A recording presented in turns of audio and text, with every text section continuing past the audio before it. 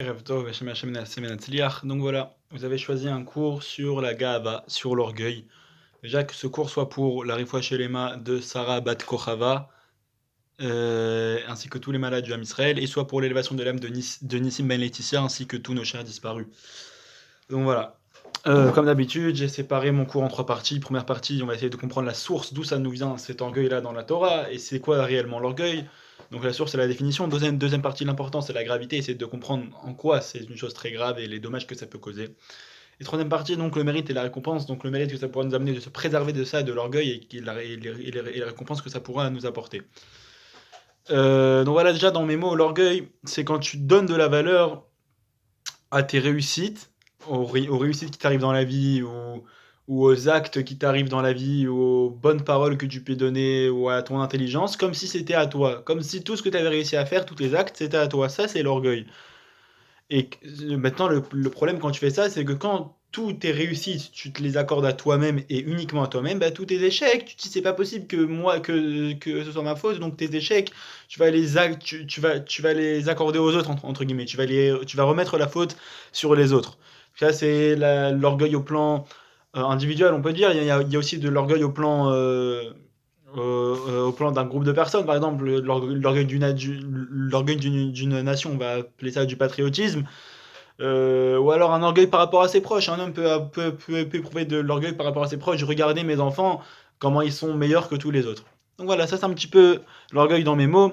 Maintenant, on va voir que ça apparaît, qu'on traite beaucoup de ce sujet-là de l'orgueil dans toute la Torah. Déjà dans la Torah écrite, dans le Tanakh, on le traite pas mal. Déjà au début, la première fois la première source que je voudrais citer, c'est dans le livre de Devarim, Perek Kret, Devarim chapitre 8. Là-bas, il y a écrit Ishamer lecha petishkar et Adonai Elohecha, préserve-toi de peur que tu oublies l'Éternel ton Dieu. Et un petit peu après, il écrit Ve'amarta bilvavecha, et tu diras en ton cœur Kochi ve'otsem yadi asali et achaï lazé, c'est ma force et ma main qui a fait toutes ces grandes choses. Ve'zacharta et Adonai Elohecha ki watanecha koach alasot chayil. Et tu te souviendras de l'Éternel ton Dieu, car c'est lui qui te donne la force pour accomplir toutes sortes de choses. Donc on voit que ça, c'est vraiment le type de... C'est une orgueil, on va dire, sur le plan individuel. Dire que tout ce que j'ai réussi à faire, c'est par ma force et par uniquement moi.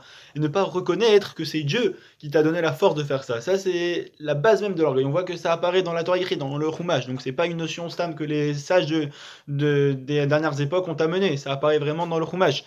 Autre exemple, on voit maintenant l'orgueil que même un roi ne devait pas éprouver d'orgueil, toujours dans le livre de Devarim, mais cette fois au Perek Yud Gimel, au chapitre 13, au Perek Yud Zayin, pardon, au chapitre 17. Là-bas, il y a écrit Les Vilti Rum Levavo Me'echav. Donc c'est le passage qui parle de toutes les lois du roi d'Israël, et là-bas, il y a écrit de peur que son cœur s'élève au-dessus de ses frères. C'est-à-dire que la Torah va énoncer pas mal de lois, et elle te dit que pourquoi elle énonce toutes ces lois pour le roi, pour que le roi n'élève pas son cœur au-dessus de ses autres frères, c'est-à-dire qu'il n'éprouve pas d'orgueil. On voit que même un roi d'Israël, qui est un grand poste, doit faire attention à cet orgueil-là. Et il y a le Ramban sur ça, Rabbi Moshe ben Nachman, qui a vécu au XIIIe siècle, qui te fait sur ça un calvaire et qui te dit que si déjà le roi, qui est la personne le plus importante du peuple, ne doit pas éprouver d'orgueil, alors à plus forte raison une personne simple du peuple comme nous, alors à plus forte raison que nous aussi, on doit faire attention énormément à cet orgueil-là.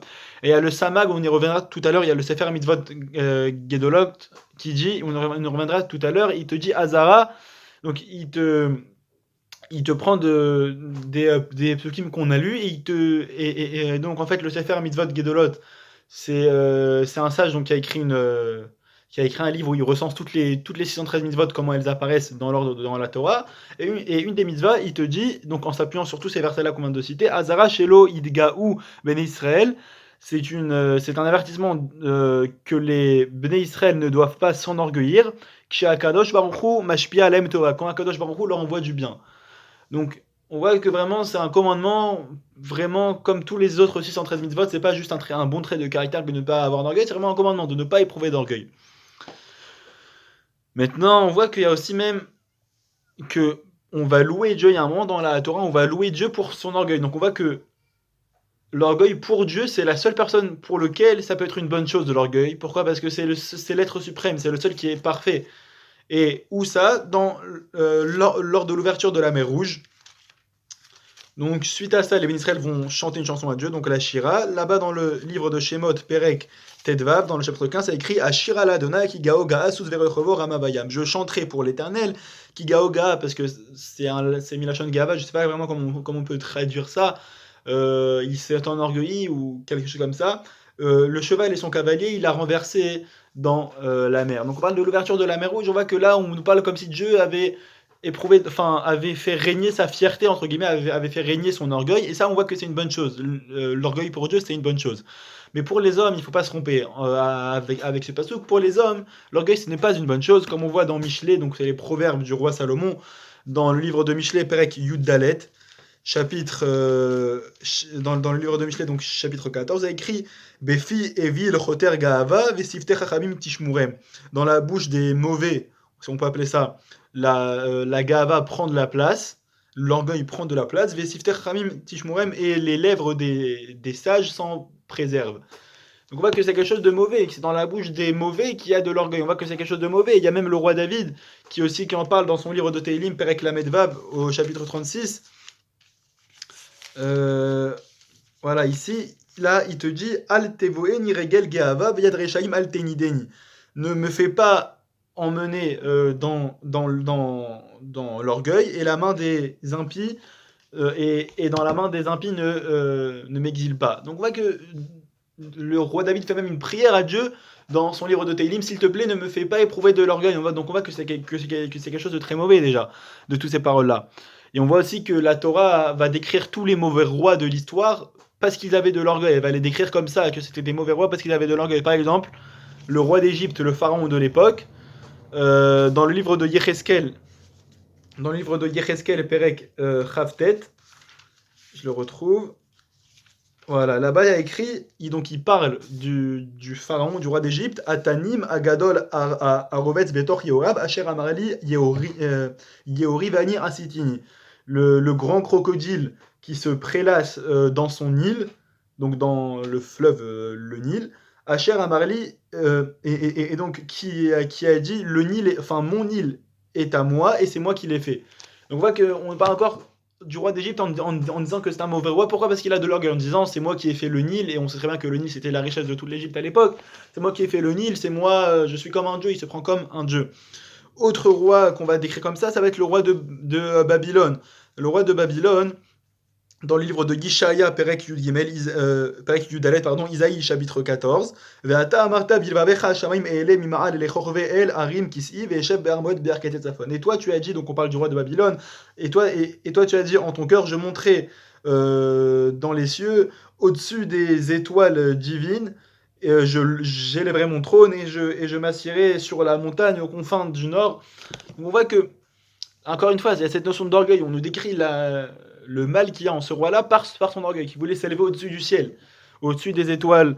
Et encore une fois, un troisième roi pour vraiment montrer que c'est vraiment quelque chose qui est assez récurrent, c'est le roi de Ashur, le roi d'Assyrie. Dans le livre de Yecheskel, Perek Lamed Aleph, chapitre 31, il y a écrit La reine, Ko amar Adonai Elohim, Ya'an Asher Gavata Begoma Baiten Samarto Eleben Avotim Veram Elevavo Begovo. Ainsi parle l'Éternel, c'est puisque tu as élevé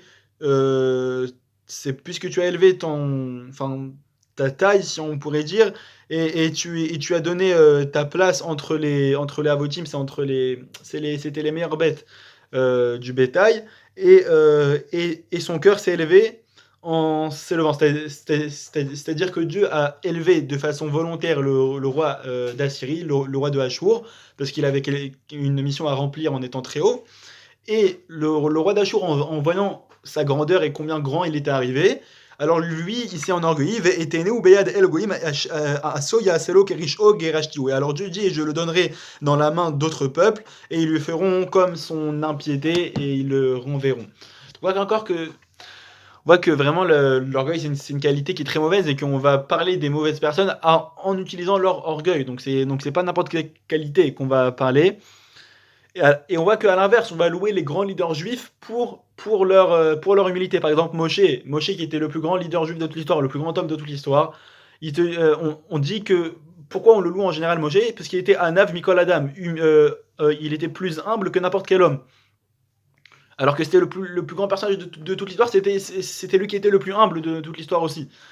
Donc on voit que chez nous, dans le peuple juif, au contraire, on va pas louer l'orgueil, on va louer au contraire l'humilité. Et même le roi David, donc, qui était le père du Mashiach, le père du Messie, lui-même, à propos de lui-même, dans le livre de Shmuel Aleph, dans le premier livre de Shmuel, donc du prophète Samuel, au Perek Chaf Dalet, donc au chapitre 24, là-bas il y a écrit Kelev Met, il se compare lui-même à un chien mort, Kelev Met, par Rosh Echad, comme un moucheron. Le roi David, c'est lui qui a élargi, qui a élargi le royaume d'Israël comme il n'a jamais été aussi vaste.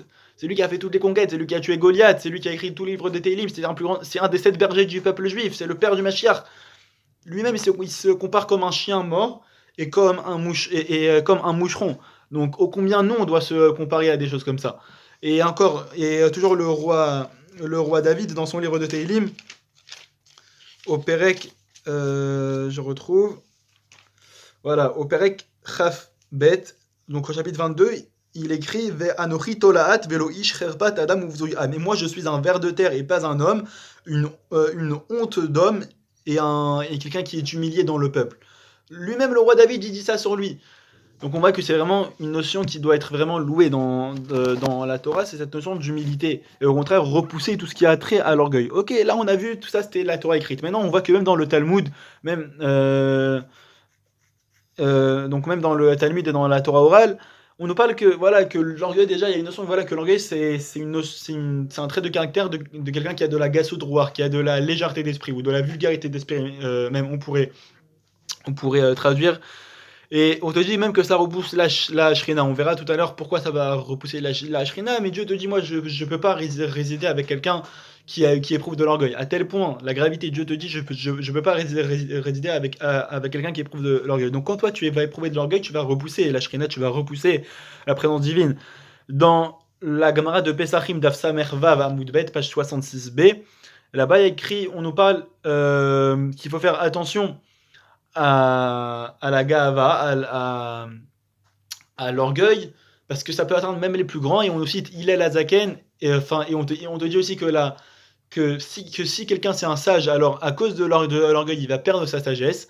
Et on te cite Hillel Azaken, Hillel l'ancien, qui était la Chavruta, on sait très bien, Hillel et Shammai, c'était des Tanaïm de la première époque des Tanaïm, c'était des grands personnages, et on dit qu'à un moment de sa vie, Hillel, il a perdu sa sagesse à cause d'un petit orgueil. On va pas entrer dans les détails maintenant, c'était quoi cet orgueil-là. Mais voilà, on te dit que ça fait partir la sagesse. Donc quelqu'un qui se loue d'être sage, au contraire, il est en train de perdre de sa sagesse. Et la Gemara, elle continue, elle te dit, et quelqu'un qui est prophète, même au niveau de prophète, s'il éprouve de l'orgueil, alors il va perdre de sa prophétie. Il te cite l'exemple de Dvorah, la prophétesse, Dvorah Anevia, qui, pendant une chanson de prophétie qu'elle faisait, à un moment, tout d'un coup, la chanson s'est arrêtée, puisqu'elle a perdu la prophétie à cause d'une petite faute d'orgueil. Dans la Gemara Sota, Dafé, Amoud Aleph, page 5a, là-bas, on compare l'orgueil à de la Avodazara, donc à comme servir un dieu étranger. Pourquoi? Parce que quand toi tu as de l'orgueil, tu te mets au-dessus de tout. Tu te mets au-dessus de tout, et donc c'est comme si toi-même tu te plaçais comme une idolâtrie. Comme si toi-même tu te plaçais comme une idole et tu t'idolâtrais toi-même. Donc dans la Gemara, on te compare l'orgueil à l'idolâtrie, qui est une des 3 plus grandes fautes de toute la Torah, l'idolâtrie. Donc on voit qu'on ne parle pas de rien. Il y a Rav et Ravuna aussi qui, dans la Gemara, vont t'expliquer que, ok, tu dois faire très très attention, mais tu as le droit d'avoir un petit peu quand même d'orgueil. Alors nous on pourrait dire, ah ça va, on peut avoir un petit peu d'orgueil, mais ils te disent combien tu dois avoir un petit peu d'orgueil, et ils te disent que ça c'est pour un Talmid Chacham, pour un érudit en Torah, qu'il faut qu'il ait un petit peu d'orgueil par respect pour la Torah. Et combien il doit avoir, même le Talmid Chacham, même l'érudit en Torah, il doit avoir chez Minit, un huitième d'un huitième. C'est combien un huitième d'un huitième? C'est un 64e. Donc même un Talmid Chacham, il faut qu'il ait, ok c'est bien qu'il ait un petit peu d'orgueil, mais même lui ne pas dépasser un 64e d'orgueil. Alors à plus forte raison nous qui ne sommes pas des Talmid Chachamim, combien on ne doit même pas avoir moins qu'un 64e d'orgueil. Donc on voit que c'est vraiment quelque chose de très très grave. L'orgueil, et maintenant on va voir même dans la pensée juive, dans tous les penseurs juifs, déjà il y a le Rambam qui te dit que pour toutes les midotes, pour tous les traits de caractère, il faut atteindre un équilibre. C'est-à-dire que tous les traits de caractère ont un bon côté et un mauvais côté. C'est-à-dire que des fois, et que du coup, il faut trouver l'équilibre. Par exemple, la colère, elle peut avoir un mauvais côté, c'est-à-dire tout le temps s'énerver, et donc en venir à faire des bêtises et à dire des mauvaises choses. Mais la colère, elle peut avoir aussi une bonne chose quand tu vois une action très grave, ou par exemple un chilul Hashem, un blasphème du nom de Dieu devant toi, là c'est bien d'avoir de la colère. Donc dans toutes les midotes, le Rambam te dit qu'il faut trouver le juste milieu entre ces deux extrémités. Sauf une, il te dit que dans la gava, que dans l'orgueil, il faut pas être juste au milieu, il faut être à l'extrémité, c'est-à-dire être le moins orgueilleux possible, ne pas être au milieu à moitié orgueilleux. Non, il faut être le moins possible, le plus, ce qu'il dit chafal roar, c'est-à-dire un esprit bas, se considérer comme rien du tout, le Rambam il te dit. Et il y a le Ramban, maintenant Rabbi Moshe ben Nachman, qui dans la Higueret à Ramban, il te dit que ça va te. Il te dit comment en arriver donc à ne pas éprouver de l'orgueil. Déjà, il ne faut pas s'énerver, parce que si tu t'énerves, c'est que tu penses avoir raison de force, entre guillemets, tu penses que tout te revient, qu'on t'a fait quelque chose de mal, qu'on aurait pas dû le faire, donc ça va t'amener à de l'orgueil. Et il faut se sentir inférieur aux autres, il faut tout le temps que tu te sentes inférieur à n'importe qui, même le plus simplé que tu vas voir dans la rue, et que de façon naturelle tu te dirais, bon bah celui-là il est peut-être un petit peu inférieur à moi. Non, même lui, il faut que tu dises qu'il y a quelque chose en lui qui fait qu'il est supérieur à toi. Donc voilà que c'est des choses très très dures. Et tout à l'heure, on a parlé du Samak, du Sefer Mitzvot Gedolot. Alors la suite de la phrase qu'on a dit tout à l'heure, où il détaillait ça comme une mitzvah de ne pas ressentir de l'orgueil. La suite de la phrase qu'on a lue tout à l'heure, c'est Vayom Rouge chez Revar Sheleem, ou Veotsem Yadam, ou Ma'alam Asu, Virvichu Kolze, Velo Yarziku Tova Lekadosh Baruchu, Michamat Geonam. C'est de peur que par l'orgueil et par tout le bien qui va leur arriver, ils en viennent à penser que tout vient par la force de leurs bras, et que tout leur bénéfice leur est dû à eux, à leurs actions et à tout le bien qu'ils ont fait, et qui ne reconnaissent pas le bien que Dieu leur a envoyé à cause de l'orgueil. C'est-à-dire que l'orgueil, ça va te faire renier tout le bien que Dieu t'a fait. Ça veut dire que tu vas penser que tout vient de toi, et limite, t'as pas besoin de Dieu. Ça, c'est l'extrémité de l'orgueil. Il y a le Ramchal, pour finir sur l'importance, sur la source et la définition de ce qu'est l'orgueil. Il y a le Ramchal dans son livre Mesilat Yesharim, donc Rabbi Moshe Chaim Luzzatto, qui te dit que l'orgueil, ça va te faire un aveuglement intellectuel. C'est-à-dire que tu vas plus voir les choses telles qu'elles sont. Si toi-même tu as de l'orgueil, bah, tu vas te voir plus que tu n'es réellement. Et donc tu pourras pas avancer. Si toi tu te vois là alors qu'en fait tu es là, bah tu as tout ça à combler. Sauf que toi tu te vois déjà là, donc tu vas pas pouvoir combler ce qu'il y a entre la réalité que tu es réellement et ce que tu te sens. Donc c'est vraiment un aveuglement intellectuel, c'est comme ça qu'il le décrit le Ramchal, et que donc ça peut causer encore plus de dommages. Voilà, maintenant qu'on a compris un petit peu c'est quoi l'orgueil, d'où ça nous venait, toutes ces notions-là d'orgueil, on va essayer de comprendre un petit peu l'importance et la gravité de c'est quoi d'éprouver de l'orgueil. Déjà, on sait très bien un truc qu'on dit souvent. On dit pourquoi la Torah elle a été donnée sur le mont Sinaï. Il y a plein de montagnes beaucoup plus grandes que le mont Sinaï. Il y a le mont, même un truc pas trop loin, il y a le mont Ararat. Si tu vas aller même encore plus loin, bon bah t'as l'Everest, le Mont Blanc, t'as tellement de montagnes beaucoup plus grandes. On dit que le mont Sinaï c'était une toute petite montagne, une toute petite colline. Aujourd'hui, il y a des gens, il y a une montagne donc dans le Sinaï, donc là-bas en Égypte, qui s'appelle le mont Sinaï. Mais c'est pas celle-là ce que la Torah elle a été donnée. Nous, c'est vraiment limite une petite colline. C'était la plus petite des montagnes possibles qu'ils pouvaient avoir. Pourquoi la Torah elle a été donnée sur le mont Sinaï, sur la plus petite des montagnes? On aurait pu dire l'honneur de la Torah, il faut la plus grande des montagnes. Non, pourquoi sur cette toute petite montagne? Parce que justement, Dieu, quand il te donne la Torah, il veut t'enseigner que tu dois être comme ça. Pour recevoir la Torah, tu dois être comme ça, tu dois te faire le plus petit possible, tu dois être le plus humble possible. Et c'est comme ça que tu pourras recevoir la Torah.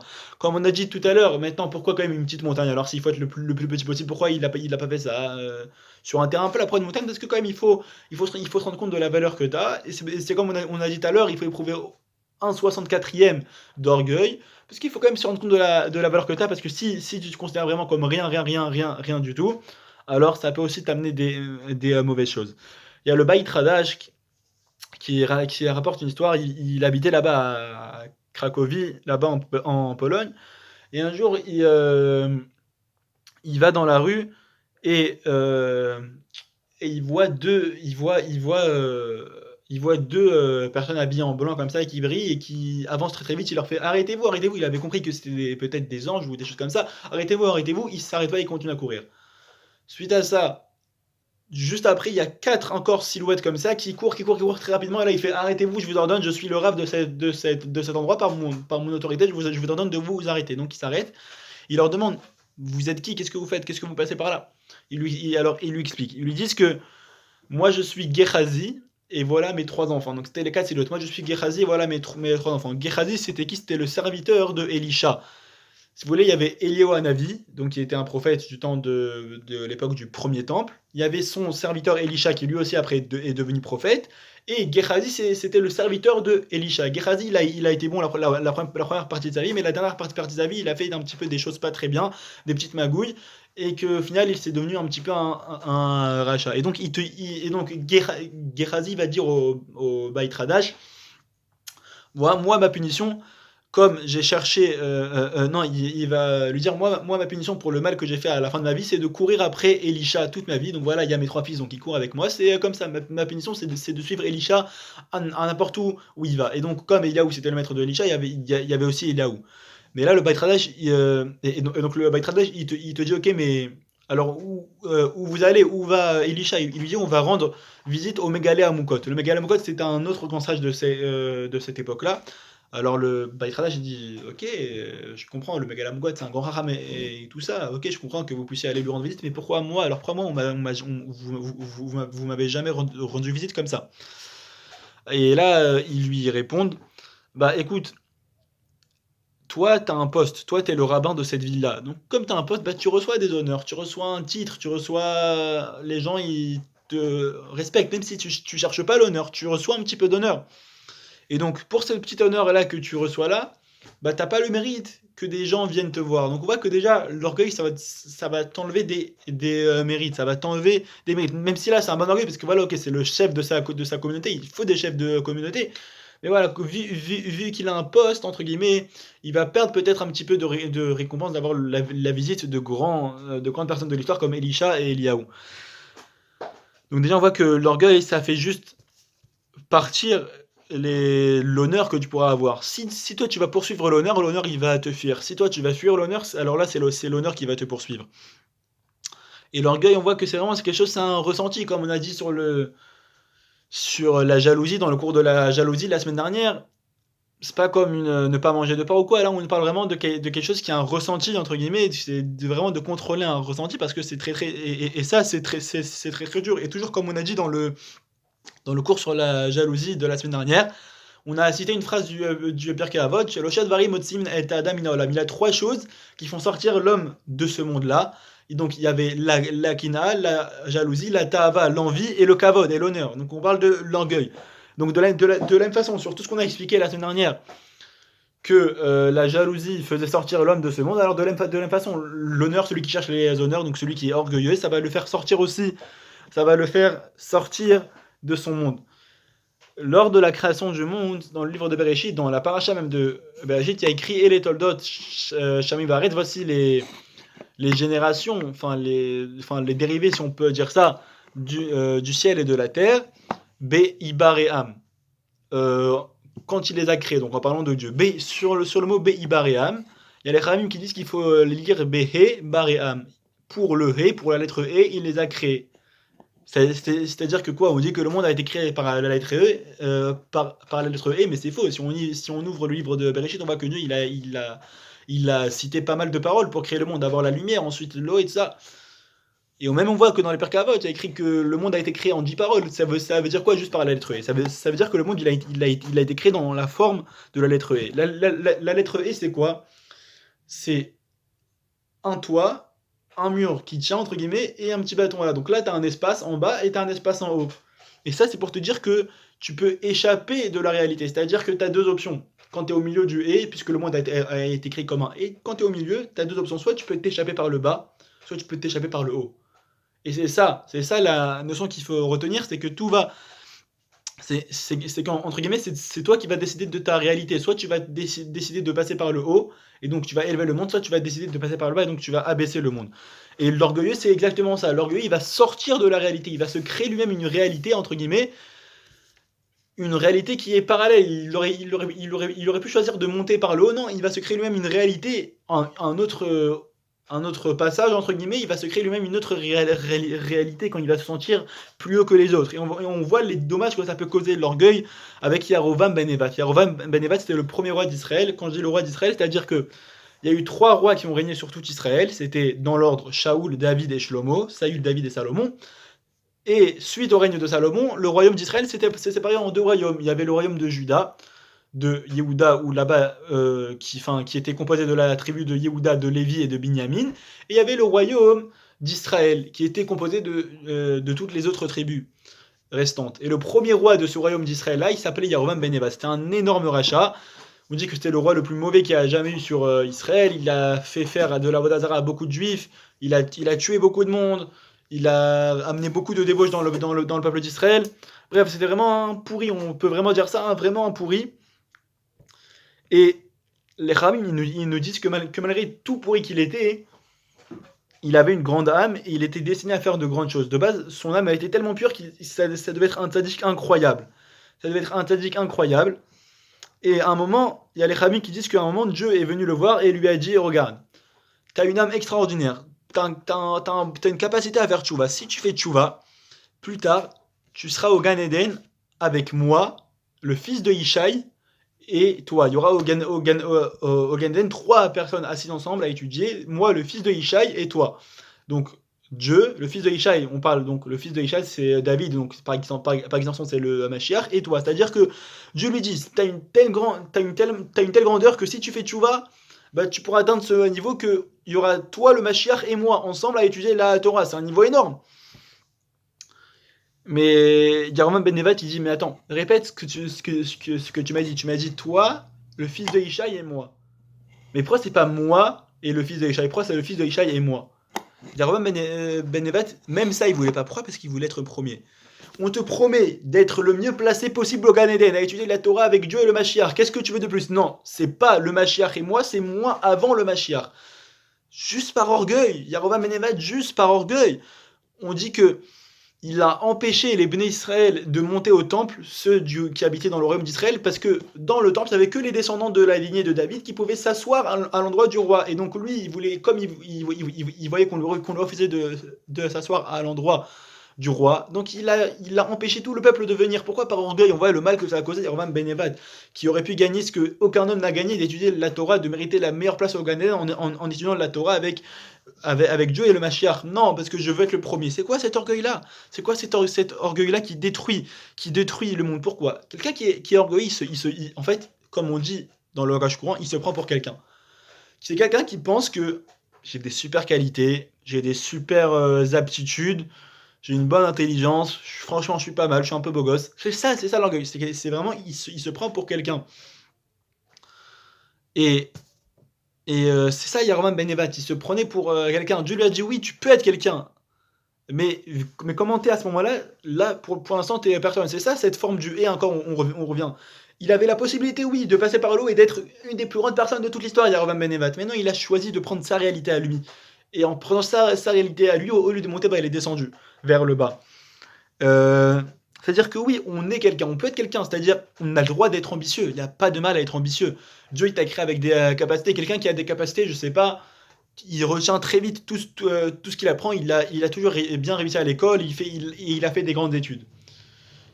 Il a le droit, c'est pas de l'orgueil, Dieu l'a créé avec des capacités, tu as le droit d'être ambitieux et d'utiliser toutes les capacités que Dieu t'a données, mais il faut réussir à faire ça sans orgueil, c'est-à-dire même quand il va réussir toutes les études, il faut pas qu'il dise regardez comment j'ai réussi mes études. Non, il faut qu'ils disent regardez les capacités que Dieu m'a données. Dieu m'a donné des capacités, bah au Hachem, pour que je réussisse mes études. Moi, je n'ai aucun mérite. C'est les capacités que Dieu lui-même il m'a données. Et une fois qu'on comprendra ça, on ne pourra plus éprouver de l'orgueil. Pourquoi? Parce que il faut se mettre dans la tête que tout ce qu'on a, ça nous a été donné. Et tout ce qui existe, ça a été créé. Une fois que tu as cette phrase-là dans la tête, tu peux plus éprouver d'orgueil. Par exemple, quelqu'un qui, voilà, je reprends le gars qui a réussi des études.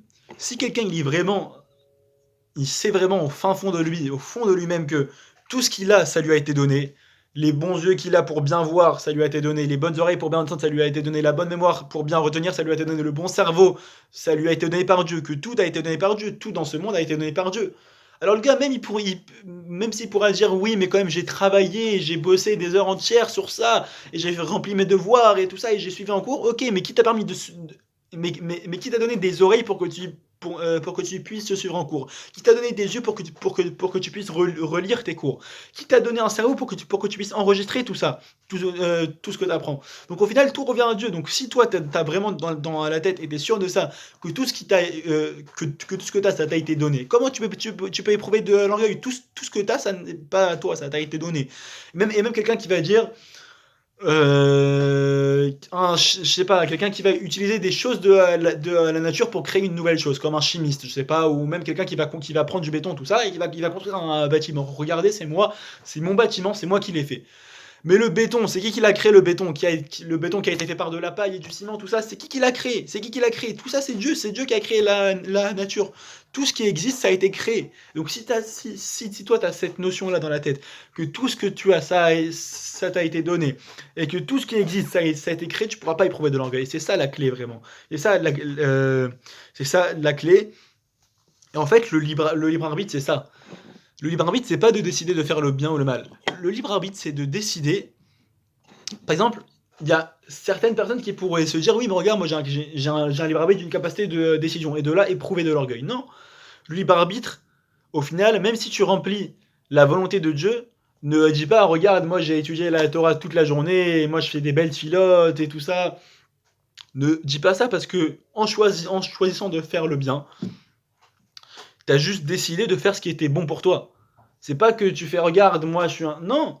C'est comme quelqu'un qu'on lui dit soit tu sautes d'une falaise, soit tu sautes pas. Si le gars qui saute pas, il va pas te dire regarde, je suis intelligent et tout ça, il va pas sauter. Non!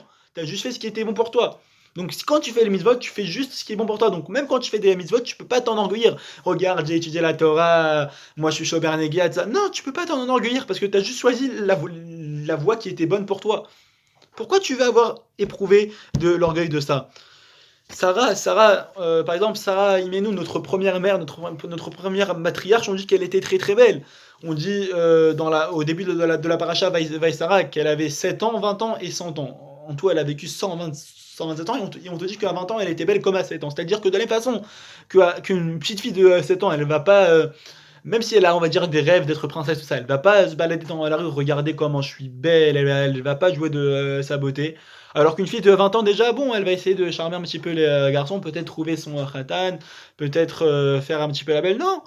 Sarah, elle était comme ça, elle a été belle toute sa vie, une beauté extrême, mais elle en a plus éprouvé, entre guillemets, pas de la souffrance, mais ça a été une épreuve pour elle, entre guillemets, cette beauté, parce qu'elle devait encore plus se préserver.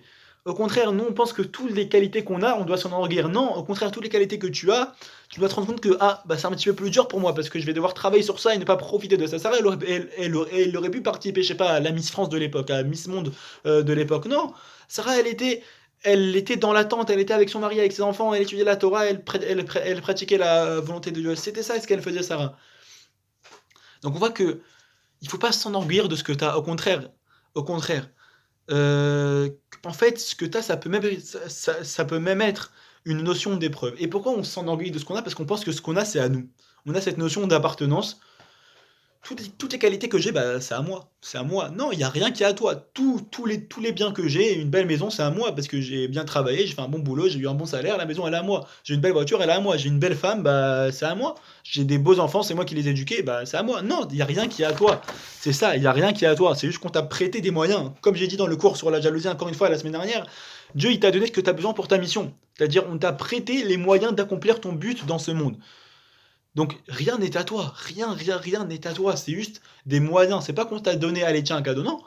On t'a donné des moyens d'accomplir ta mission. Donc ce que tu as, c'est juste des moyens. C'est comme un employé dans une usine qu'on lui donne une machine pour remplir son rôle dans l'usine. L'employé il va pas dire ah cette machine elle est à moi. Non, il sait que c'est un moyen que le patron de l'entreprise lui a prêté pour qu'il puisse accomplir sa mission dans l'entreprise. C'est exactement pareil. Ce qu'on a c'est pas à nous, c'est ce que Dieu nous a prêté pour accomplir notre mission dans ce monde-là. Et c'est ça qu'il faut essayer de comprendre que parfois c'est la dépendance qui va faire l'indépendance. Qu'est-ce que ça veut dire? C'est que nous, on pense que, regarde, tout est à moi, j'ai une belle maison, j'ai un beau boulot, j'ai un boulot qui est reconnu, j'ai une femme, j'ai des bons enfants. Non, si tu as un boulot